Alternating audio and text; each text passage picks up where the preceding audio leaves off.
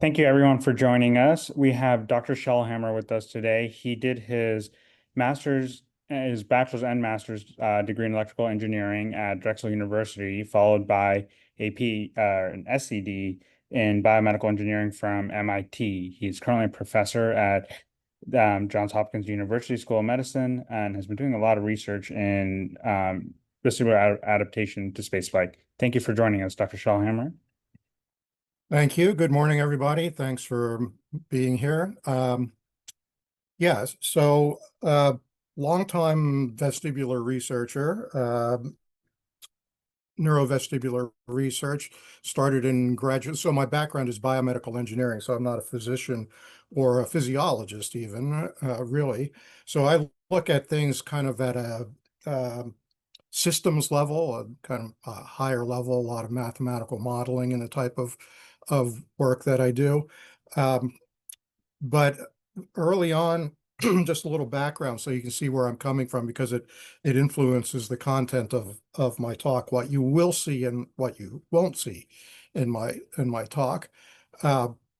Electrical engineering background and in biomedical engineering. And during my graduate work, I was lucky enough to work on a couple of space lab missions, which were missions of the space shuttle program, in which there was a laboratory module in the back of the space shuttle. This is in the 1980s, 1983, 1985. So I've been doing this for a while. So as a graduate student, I tested some of the astronauts on these two missions on the ground before they went into space, and then immediately after they came back. And then while they were in space, they did some version of our experiments to look at vestibular adaptation to spaceflight. And this was back in the days when the shuttle program was very active and flights were relatively short. And I'll get back to this, the operational relevance of this idea a little bit later in the talk.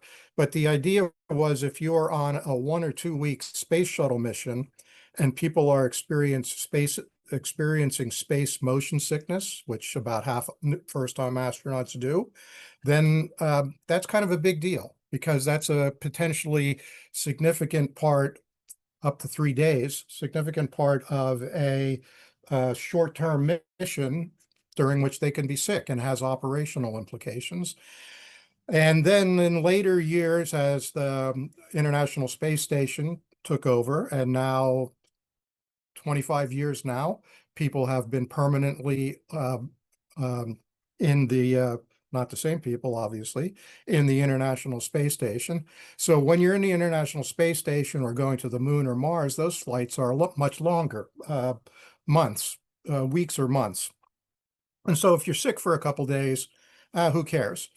So NASA's not the only game in town, but they stopped doing a lot of vestibular adaptation research for a while. And now we're going back to the moon and Mars, so it's gearing up again. And there are aspects of this related to commercial spaceflight that are also very relevant.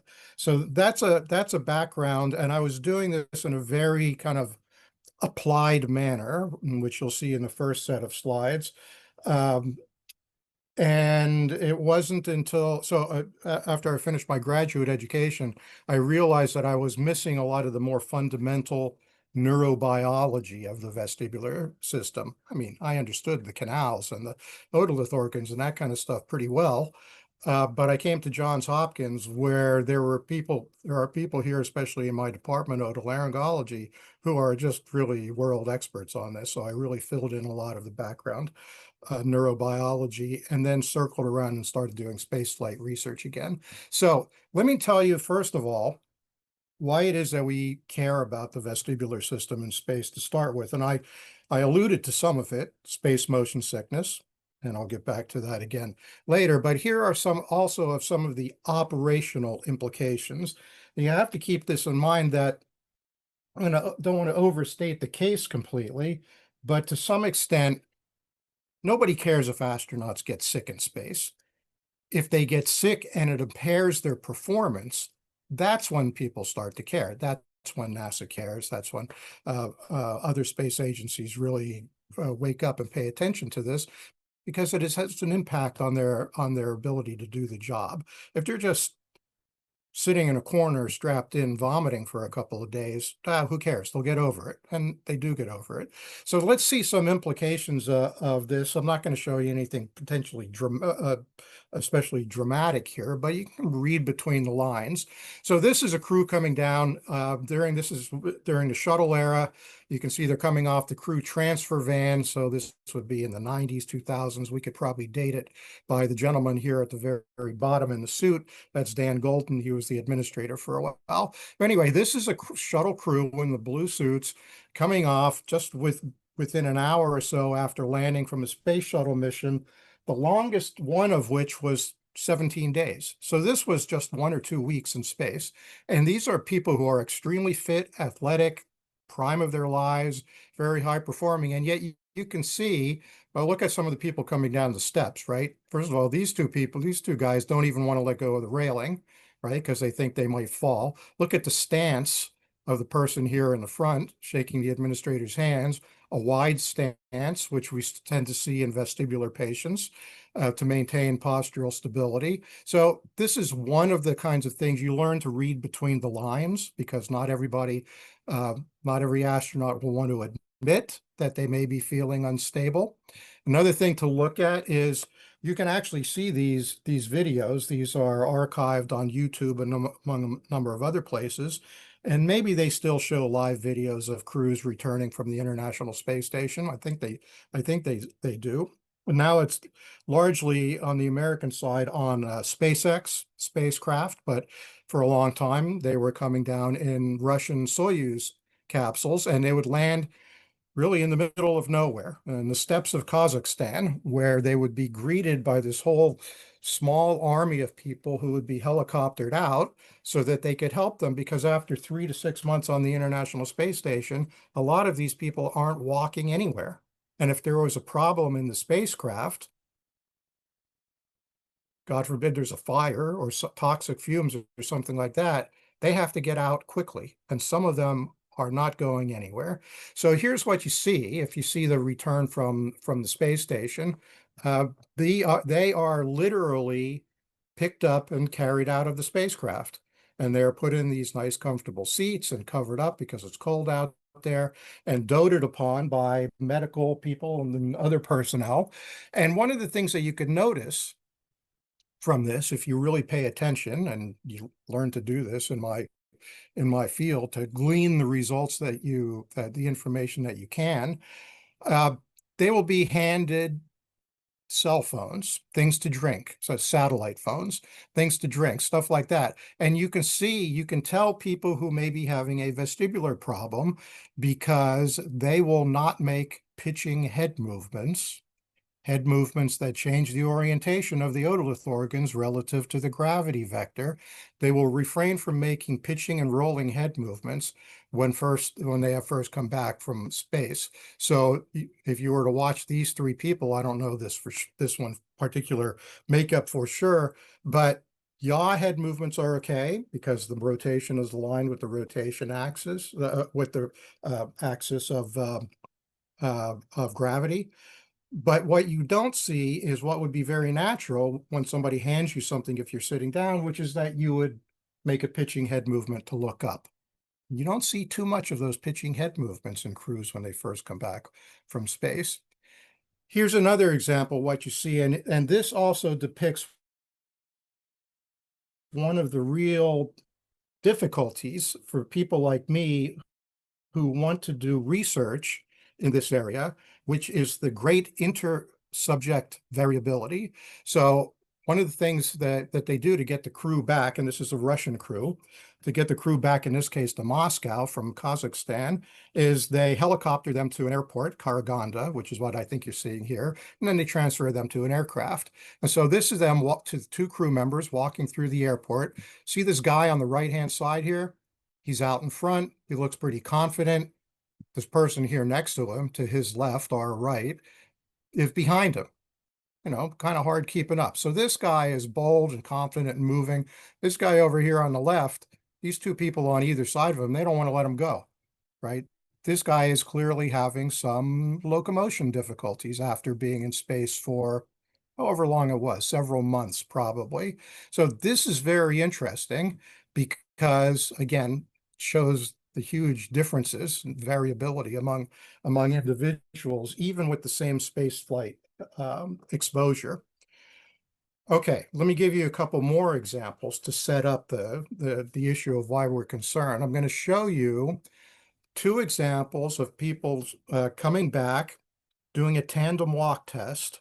This is within hours of landing, or a day at the most, of landing from a short duration flight on the left-hand side, a long duration flight, several months probably on the right-hand side.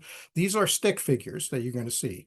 These are actual videos of people in the medical tent doing a tandem walk, but they've been turned into stick figures so people like me can show them to people like you without violating privacy and confidentiality. And we can extract the dynamics from these stick figures. So this is tandem walk. There's a line along the ground. The astronaut test subjects cross their arms in front of them, close their eyes. So this becomes challenging. But again, these are pretty healthy people, and they can do that kind of task normally. So on the left-hand side, no problem. So this is after coming back from, I don't know, maybe a week in space, a few days. Eyes closed, walking right along the line, no problem. Person on the right, oh, up the head there, hold on, okay. Person on the right, yeah, not so confident. Very unstable. Deviating from the line. They're really having trouble even standing upright. And this is the time when they would pretty much call off the test before this person fell. So again, you could imagine that if there were a problem and these people had to make an emergency evacuation from a spacecraft, what NASA calls unassisted egress, you're on your own, get out. They can't do it. The person on the right would have a very difficult time doing it. Okay. Another example. This is from a space shuttle landing back in the early 80s. This was STS-3, the third flight of the space shuttle. Now, there's a number of things that were unusual about this space shuttle mission, so I don't want to overstate the vestibular aspect of it. But keep in mind what I was saying before about difficulties making pitching and rolling head movements. First of all, when going into a zero-G environment, going into space, but also when coming back to space, to Earth, because the neurovestibular system during long duration stays in space, weeks or months, adapts to the fact that there is no gravity vector. So you come back to Earth and the brain doesn't know what to do with the gravity vector. In particular, can get very confused when people make pitching and rolling head movements. Now there is this otolith component that's registering head pitch with respect to gravity, of which there is no such thing in space.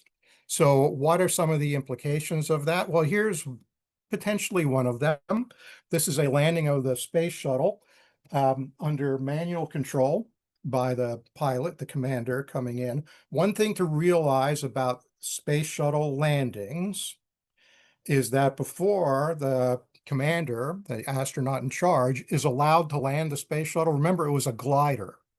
There's no engines at this point. You can't go around and try again. You're landing. This thing is going to land on the ground. They practice this landing at least 1,000 times in a special aircraft that's modified to have the same flight characteristics. So their job is to just come right in and land that thing. So here's what's happening. You see the landing gear go down, and the landing gear will touch the ground there. And now slowly, gently bring the nose of the aircraft down and bring it down and bring it down to get the nose. And then that right there is not supposed to happen. That pitching up of the shuttle, a pitching movement, which is then a pitching head movement of the of the body and the head and the otolith organs. Okay, this was not a disaster.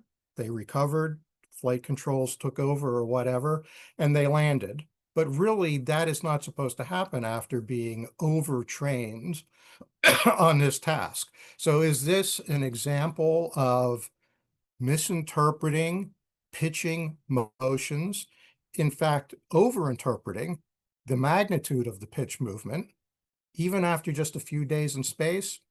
Well, we don't know because we're not doing those flights anymore, but that's potentially an issue. Okay, now let me give you some things that are a little bit more hard data and not just kind of anecdotes that we get from videos. So this is a set of studies that the NASA Neuroscience Laboratory at Johnson Space Center does routinely on returning astronauts. You're probably all familiar with this. This is a sit to stand test, just what it sounds like, right? You're sitting down, stand up without using your hands to help push up and measure with a set of sensors on the body. In particular, we're going to see data from a sensor that's on the torso, on the trunk, and you can see them on the right-hand side. So trunk pitch. So this is standing up, first of all, right? To stand up, you pitch forward, then straighten up. So there will be a pitching motion forward and then a pitching motion back. Before flight, so sit to stand pre-flight, I'm on the right-hand side here. This motion takes on the order of about 2 seconds before a stable stance is maintained. Again, can take up to about 3 to 4 seconds. It's not the end of the world, but it shows there's a deficit here. 1 hour after landing. And here's the recovery curve on the left-hand side. First of all, over here, very far to the left, pre-flight data, and you can see once again, even before people fly, there's a significant amount of variability among astronauts, right? Highly trained, highly proficient people, high performers, still a lot of variability between them, even on pre-flight testing. And then you see here, this time scale here is days after landing, after flights to the International Space Station. And you can see that there's a nice decaying exponential recovery curve, huge amount of variability in these responses. But if you fit the curve, you see that it comes down very nicely. And after about 2 or 3 days, they're generally okay. On this specific test, if they have nothing else to do except pay attention to this test. Problem is when you put people into a real world situation, of course, where there is more than one demand on the neurovestibular system. So that's what this is meant to measure. So this is motion sickness and what NASA calls a functional task test, which is kind of a little obstacle course. They're asked to do a variety of things, pegboards and things like that, shortly after landing. And so you can see over here on the right-hand side that the percentage of those tasks completed 1 hour after landing. And very interesting here, right? The dark blue, half of the people, half of these astronaut test subjects couldn't even complete all the tasks an hour after landing. So if some of those tasks involve safing the spacecraft or preparing for an emergency exit, those people would be screwed, right? And some of them were able to do none of the tasks. Why? Probably because of what you see on the left-hand side, motion sickness. This is not space motion sickness. This is Earth return sickness, which is a thing. Astronauts experience space motion sickness going into space, about half of them. And depends on who you ask. If you ask Mil Reschke, who recently retired from the neuroscience lab at JSC, Johnson Space Center, he would say that every astronaut coming back from the International Space Station exhibits some form of Earth return sickness. Doesn't mean they're vomiting, but they're unstable, they have ataxia, they have spatial disorientation problems, instabilities. And you can see, though, if you measure their motion sickness rating, so this is a scale from 0 to 20, just how are you feeling from 0 to 20? And you can see that presumably before flight, this is like 0 or 1. And right after flight, within an hour of landing, they're up here in the 14 median range. And then it goes down fairly quickly after that. Now, I need to show this next slide to indicate to you one thing, that this is not a consequence, these ataxia and stability problems, this is not a consequence of muscle weakness. This is a consequence of muscle coordination. And we know that because of what I'm showing you here. You don't have to get into the details, but there's another whole group of investigators that is tasked with maintaining muscle strength. And so astronauts exercise about 2 hours a day on the International Space Station. And because of that, they come back in pretty good shape in terms of muscle strength. And that's just what you're seeing here is the yellow line, excuse me, going across here is baseline. And you can see with the most recent set of um, exercise equipment, which is this purple, the purple dots, it's called the ARED, Advanced Resistive Exercise Device, and the T2 treadmill. So essentially the equivalent of weightlifting in space. And a treadmill, all right, there's some deficit, but it's mostly less than 10% deficit across these different muscle groups. And by the way, again, large amount of variability, right? Even among this group of individuals, high performers, generally athletic, going into space, doing the same exercise routines day after day after day, they still come back with a significant range of variability. Okay, now I'm going to get into the vestibular system here. I know I do not have to belabor this for those of you in this audience. That's a little bit unusual for me because usually I do have to. So here you go. Here's your obligatory vestibular system slide that I'm sure everybody has seen with the schematic outline of the head in the background, just not to the same scale, obviously, but the head in the background so you can see the orientation of the semicircular canals, the otolith organs. A couple of other views, just indicating for people who don't know that the vestibular system really is intimately connected to the auditory system. So there's the cochlea, and again, another view of the semicircular canals here, and the otolith organs, utricle, saccule down there. Now, let me talk for just a minute about the semicircular canals, and then we can dispense with talking about the semicircular canals. So you know that there are fluid-filled canals, angular motion transducers.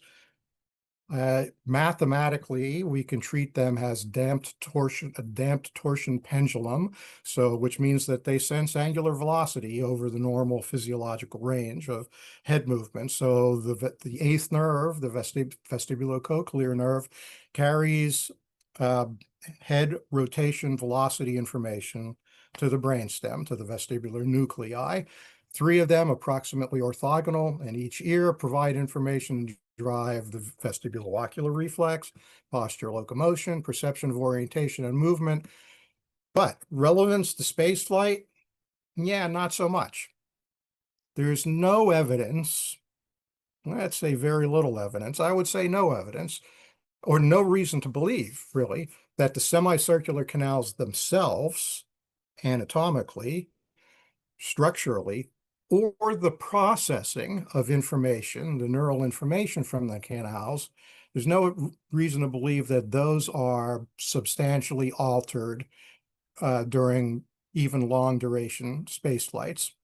Why should they be? They're not gravity sensitive unless, of course, you have BPPV, in which canals become gravity sensitive when you don't want them to be. But generally, they are not gravity sensors. People have looked at aspects of the angular vestibulo-ocular reflex before and after space flight.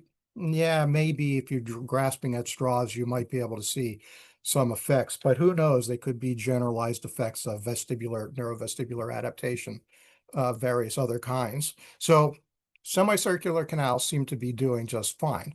Now, the otolith organs, that's a whole other story. Now, I have to say, we're going to be talking about alterations in vestibular processing, vestibular function. The otolith organs themselves do not change in space. Now, there were some animal experiments that were carried out in the 90s. I forget the investigator's name, sorry to say, but found some effects on, for example, what are called floccular target neurons in the flocculus of the cerebellum seem to be altered after long duration spaceflight. There was some, because they're getting information from the eighth nerve, from the otolith organs, that's changed. So they have to start adapting. Okay, that's what you would expect. Also may be some alterations that were found. Muriel Ross at NASA Ames Research Center did a number of studies in which she saw actual potentially changes in the otolithic macula in animals during some long duration space flights. Okay, so maybe in long duration space flights under certain conditions and certain animal models, maybe there are some structural changes to the otolith organs. But generally speaking, there are not changes to the otolith organs. Another reason we know that is from other animal studies in which otolith responses are measured after animals and people come back to Earth after being in space. And also, astronauts do not have long-term vestibular deficits after being in space. They recover. In terms of the neurovestibular function, they recover completely. So something has not broken when in terms of the otolith organs when people in space are in space. It's just that their function, not the function of the otolith organs, the mechanical function itself is still what it should be, but the neural function, the processing of the information that's transduced by the otolith organs changes. So it really is a neurovestibular problem, not really a vestibular problem. All right. Now I belabor that because a lot of people think that when you go into space, oh, the body just breaks down and, things are terrible and things start to fall apart. In fact, the adaptive changes, and I'm going to explain one of them in some detail, the adaptive changes that go on in terms of neurovestibular function in space are just what you would want to see. They're changes that indicate that the neurovestibular system, the brain stem, cerebellum, are intact and doing the best job they can in adapting to a very unusual environment. And make no mistake, we have evolved and are born and raised and develop in a gravity field, the 1G gravity field of Earth. And then you send people into space for a few days, a few weeks, a few months at a time, and they adapt to that extremely unusual gravitational setting relatively quickly. And then they readapt back to Earth. There's no reason to expect a priori that the brain would be able to do that. So this is actually a pretty remarkable example of the adaptive properties of the neurovestibular system. Okay, back to the otolith organs. Linear acceleration transducers. Linear acceleration, including, by the way, tilt with respect to gravity. So I'll get to that. Utricle, because of its, now the utricle and the saccule, probably know, curved membranes, macula are not flat. So each one of these organs actually has hair cells that have activation orientations that span a large number of directions. But generally speaking, the utricles mainly for lateral motion, right, side to side, fore aft, sacculus mainly for vertical motion. Gravity is a linear acceleration force. So just sitting here in a 1G field, my otolith organs are transducing gravity. And this turns out to have implications, as you can imagine, when you start to screw around with gravity by sending people into space. Now, let me get one thing out of the way right at the beginning, which is the terminology that I'm going to be using, or that we all use. I'm talking about sending people into space where they are weightless, where there's no gravity, zero gravity, Okay, there is gravity in space. If there were no gravity in space, a spacecraft would not stay in orbit around the Earth. The Earth is constantly pulling it back down to the Earth. It's just that it's moving so fast that by the time it falls to the Earth has curved away from under it. So it's in a constant state of free fall. Even if you get out into interplanetary deep space between the Earth and the Moon, cislunar space, there are still gravity effects. But they're much smaller. So this is sometimes called microgravity. So you'll see people refer to microgravity. I don't like the term microgravity because to me it implies that there's a deliberate and desired intent to have 10 to the minus sixth G microgravity. So I use the term weightlessness, but I will get sloppy and use the term zero G or zero gravity. But just so you know that we know that that's loosely speaking. Okay, now let's talk about the transduction of the otolith organs, the transduction process. So I don't mean to embarrass anybody or belittle you because this is probably stuff that you already know very well. But again, I can't always take that for granted for when I talk to people. So on the left-hand side, you see otolithic hair cells, right? The cilia, short, long, kinocilium, uh, magnified, micrograph magnified over 11,000 times. So there's a lot of these hair cells in the otolithic macula.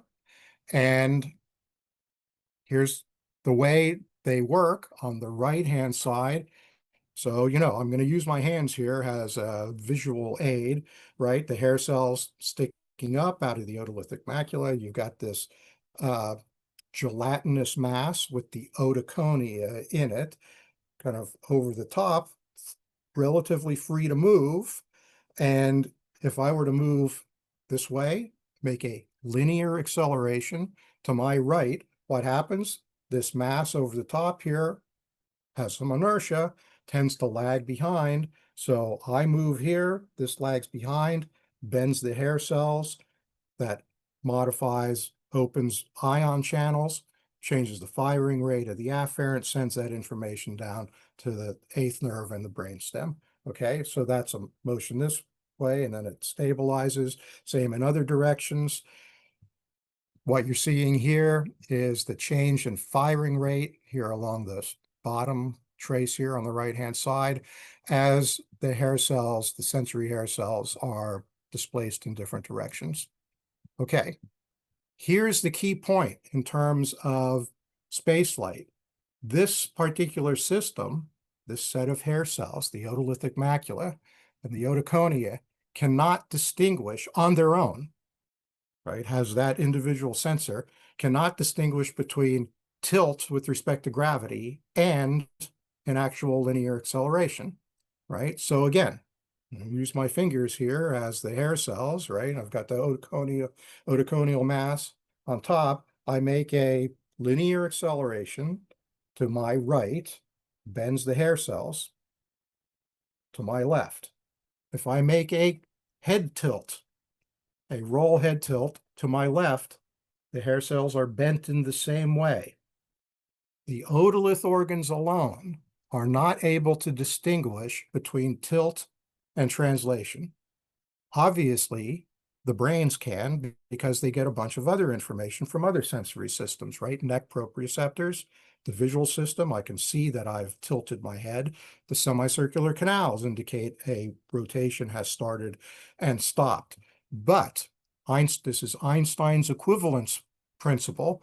There is no single mechanical device on its own that can distinguish between tilt with respect to gravity and linear acceleration. Okay, so hold that thought because that is a key item that you could imagine changing gravity fields has some bearing on this anomaly. It's not an anomaly, on this inability to distinguish between tilt with respect to gravity and linear acceleration. We're going to come back to that and flesh that out in the context of spaceflight But first, I'm going to back up and talk about some other specific things that lead us up to that, um, to why we should care about that tilt translation ambiguity. All right. So we saw some of the consequences, vestibular consequences of being in space for long periods of time. Now let's go back and talk about some of the details. All right. Sudden loss of a stable gravity vector. We would say the loss of a stable gravito-inertial force vector. There's no resultant force countering gravity. There's lots of ways to say this correctly physically.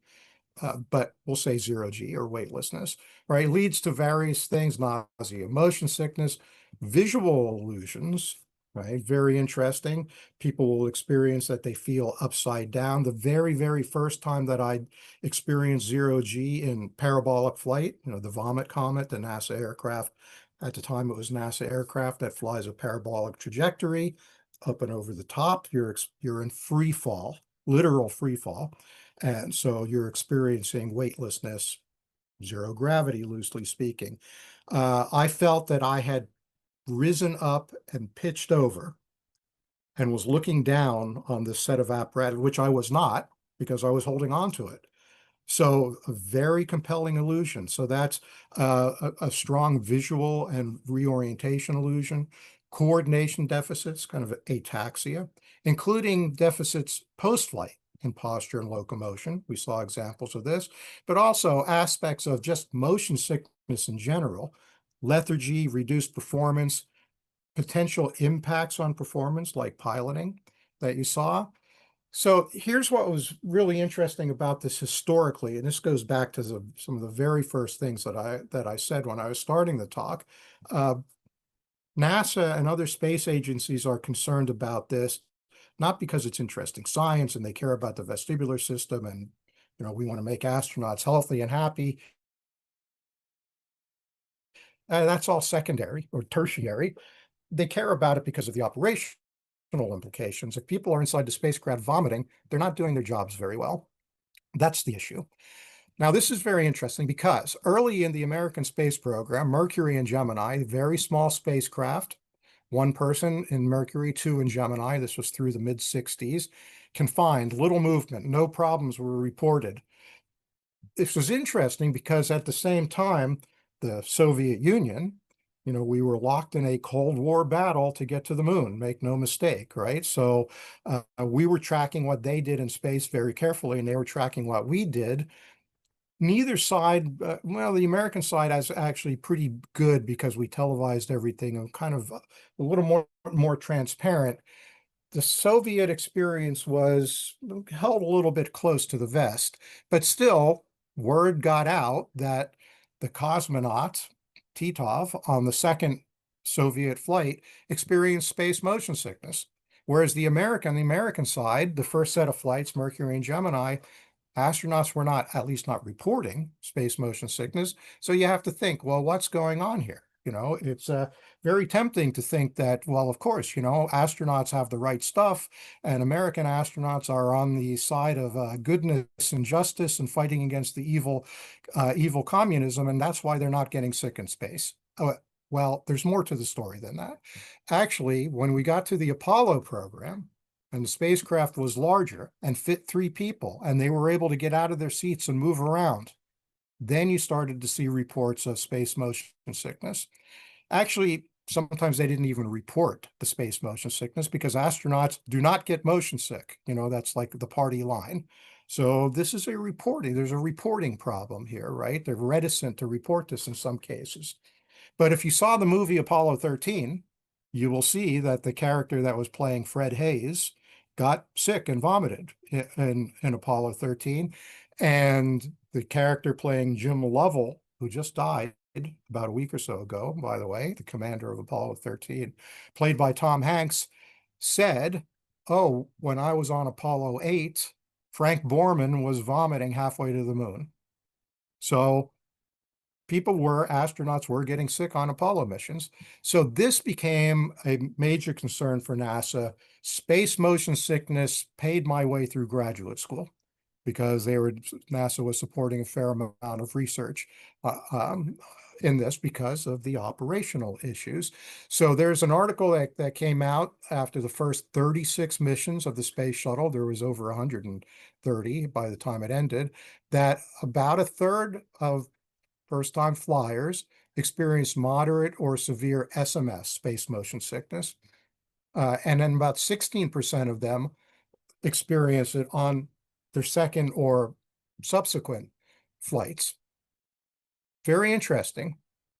Why the reduction from from someone's first flight to the second flight? Okay, you could think, well, the vestibular system, the neurovestibular system has adapted, and it carries some of that adaptive mechanism with these astronauts, and then they go into space the next time, and it kicks in more quickly. And that's quite possible and even likely. However, and again, another thing that makes it difficult to do research in this area, it's also the case that when people fly the second time and the third time, they know how to avoid the things that make them motion sick. And I know this from my own experience in parabolic flight. The second time I got on that plane, I knew what not to do. I knew things that would make motion sickness worse. So you can see sometimes with experienced astronauts, when they first get into space, if you watch the videos, they will back themselves into a corner.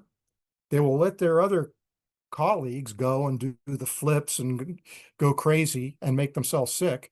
But you back yourself into a corner, you have this wide range of tactile cues on the body that are giving an orientation sense.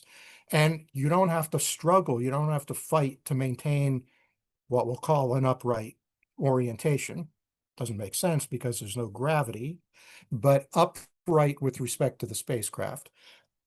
So there are operational things, there are strategies that people learn, in addition to what might be a low-level brainstem cerebellar adaptation.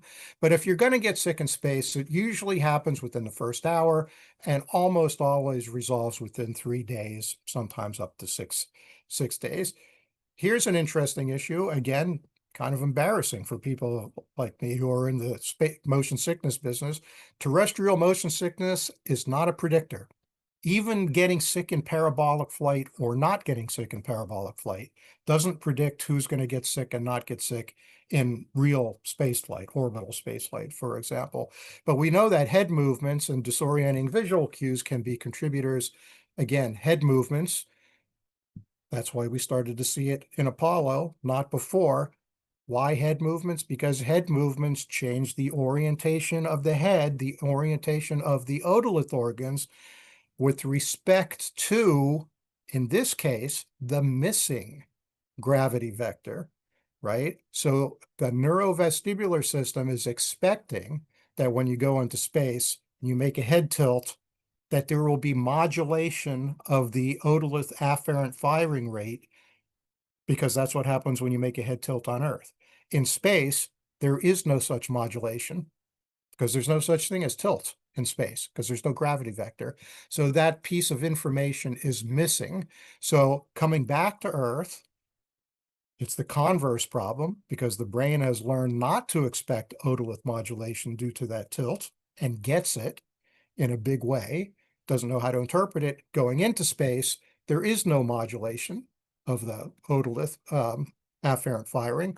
Okay, now this leads us to some thinking about motion sickness in general, not just space motion sickness, but this definitely applies.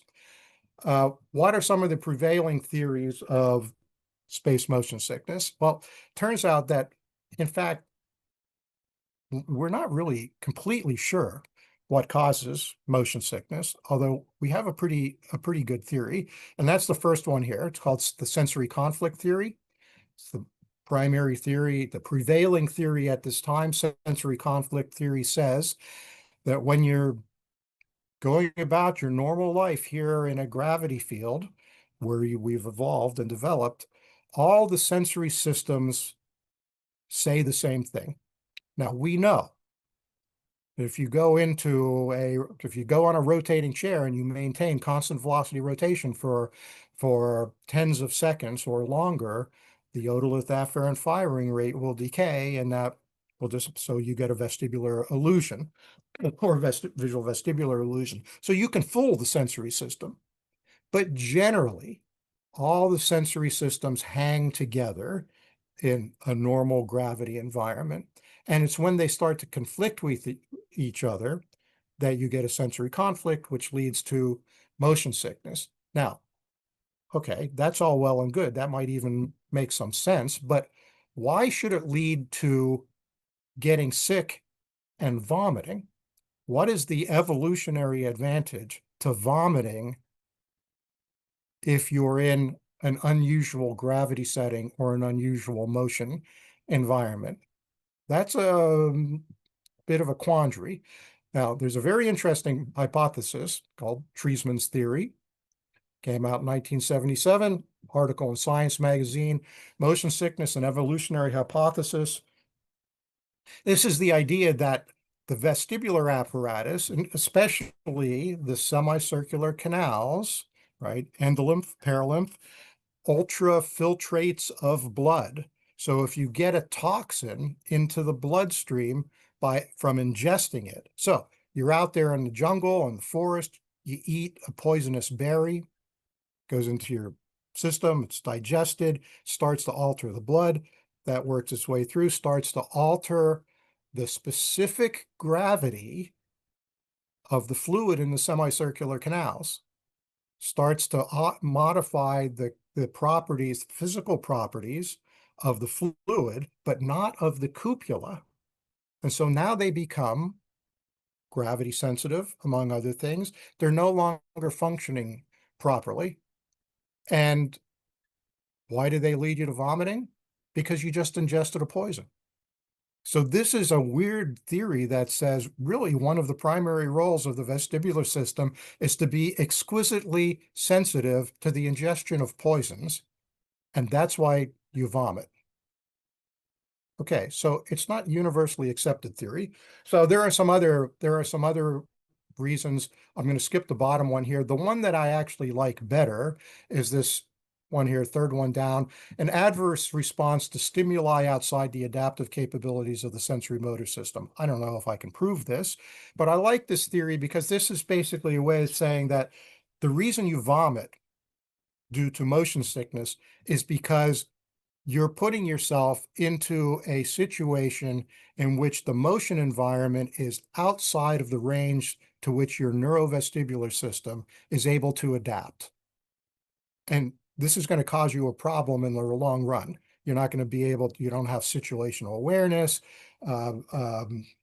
spatial awareness, spatial orientation, all those things. This is a bad situation. And so the vomiting is an adverse stimulus that says, I don't know what it is that you're doing to me, but whatever it is, stop it. I'm going to make your life so miserable by making you vomit that I want you to stop and get out of this crazy motion environment.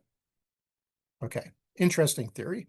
All right, but let's go, regardless of what those teleological aspects are, let's go back to the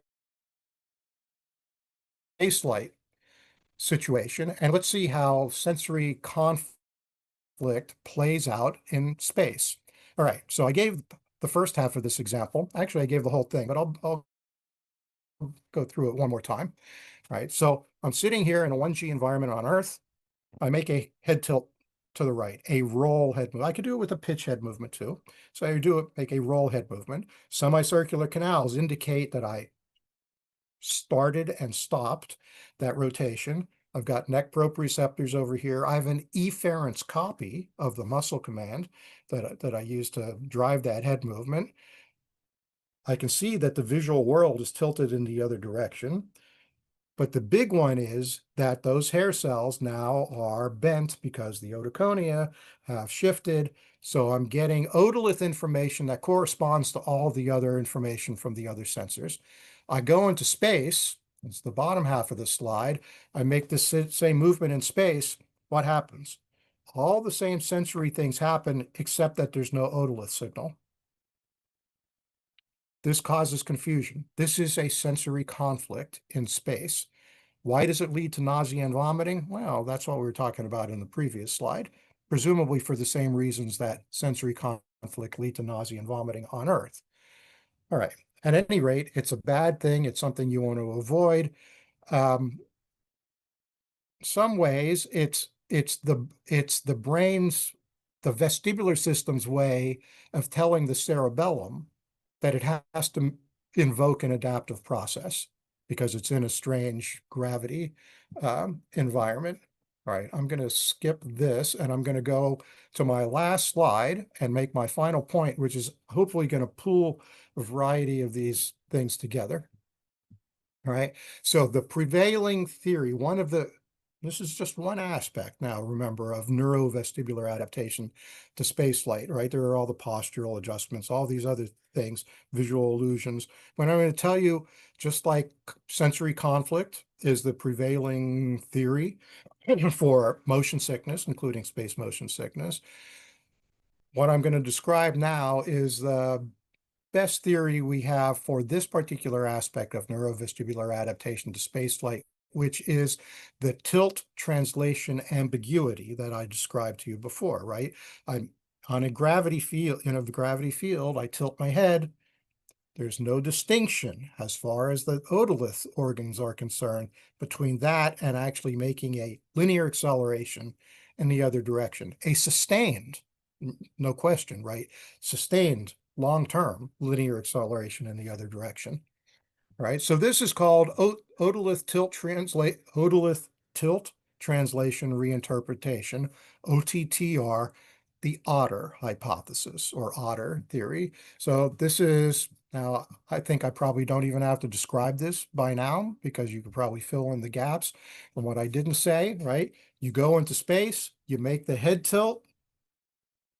The brain is expecting this pattern of sensory information from all the different sensors, canals, otoliths, vision, proprioceptors, kinesthetic sensors.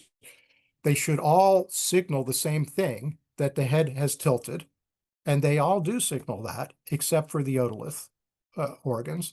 They don't indicate anything because there's no gravity vector to register by which to register tilt. So as the theory goes, the brain, cerebellum, the neurovestibular system learns that if there's any otolith modulation going on, if the macula, if the otoconia have shifted and bent the hair cells, that has to have been due to a linear translation, a linear acceleration, right? Moving this way or up and down in space. It could not have happened due to this. So the brain reinterprets otolith afferent information to say that if I'm getting any of that otolith information at all, I must be moving around, translating in one of the three axes. And that's perfectly fine as long as you stay in space. You've adapted properly. The brain has properly adapted to this unusual environment. This is exactly what we would want it to do. It's very clever of the brain to make this adaptation process. It causes problems during adaptation, during those first few days. That presumably is how long it takes for the adaptive process to kick in. But coming back to Earth, you've got the opposite problem, right? So now what happens if I'm adapted to the spaceflight situation where my brain thinks that if there's an otolith modulation, it must be due to a translation, a linear translation, linear acceleration, and I make a roll or pitch head movement like you saw on the shuttle landing, like you see maybe in sit to stand, right? Where you lean forward first, making a pitching movement and then pitch back. Just normal life, you're making pitching and rolling head movements all the time. So you come back from space, the system has adapted to the spaceflight environment in which it doesn't get tilt information from the otoliths. And now you tilt your head, the brain is going to interpret that as if you are making a 1G linear acceleration in this direction. That's a pretty dramatic stimulus. That's like being on a rocket, right? So obviously, this leads to a sensory conflict because the other body systems are not telling you that you're being translated, accelerated upward at 1G. And so this leads to what we think is the Earth, one of the things that leads to the Earth reinterpretation sickness issue. So if there is one thing that you take away from this lecture, it's this particular aspect of adaptation to spaceflight and readaptation back to Earth, otolith tilt translation reinterpretation, the best theory we have at the moment. So I'll stop there. Thank you for your attention.